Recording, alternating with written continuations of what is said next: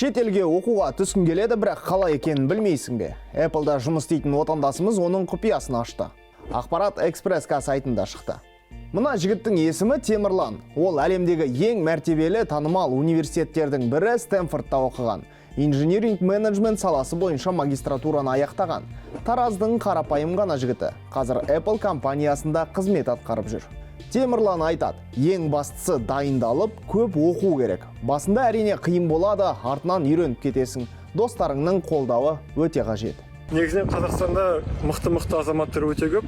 Өзім оқыдым, осы жақта студенттер біздің қазақтардан қатты ақылды деп айта алмаймын. Дейді Темірлан.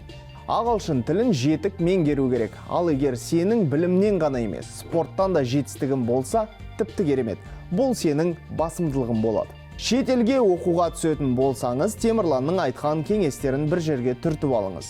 Қажет болады. Ақпараттың толық